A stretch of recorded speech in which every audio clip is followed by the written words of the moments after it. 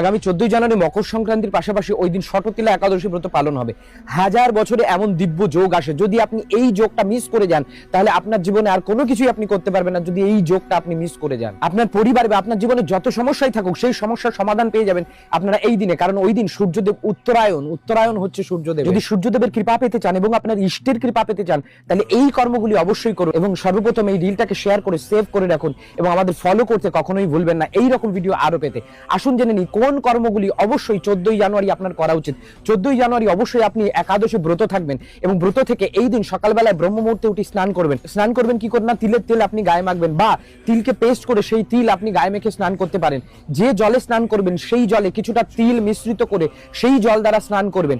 ভগবানকে যখন অভিষেক করবেন বা স্নান করাবেন তখন সেই জলে কিছুটা তিল মিশ্রিত করে ভগবানকে স্নান করাবেন। গঙ্গা জল এবং তিল দিয়ে এই দিন ভগবানের উদ্দেশ্যে তর্পণ বা পিতৃপুরুষের উদ্দেশ্যে আপনারা তর্পণ করতে পারেন। এই একাদশীতে একমাত্র তিল খাওয়ার বিধান আছে, তাই ভগবানকে তিলের দ্বারা নির্মিত ভোগ্য বস্তু ভোগ নিবেদন করবেন এবং সেটাই প্রসাদ পাবেন। এবং বেলা 3টের পর তিল অবশ্যই ব্রাহ্মণ, বৈষ্ণব বা গোমাতাকে দান করবেন। এই দিন পারলে অবশ্যই কোনো পবিত্র নদীতে স্নান করবেন। হাজারো লাখো গুণ আপনার ফল লাভ হবে এবং আপনার জীবনে যত সমস্যা, যত অসুবিধা, গৃহে যত বাধা অশান্তি সব দূরীভূত হয়ে যাবে। এই কর্মগুলি করেন এবং এই দিন অবশ্যই 11 বার তুলসী পরিক্রমা এবং হরি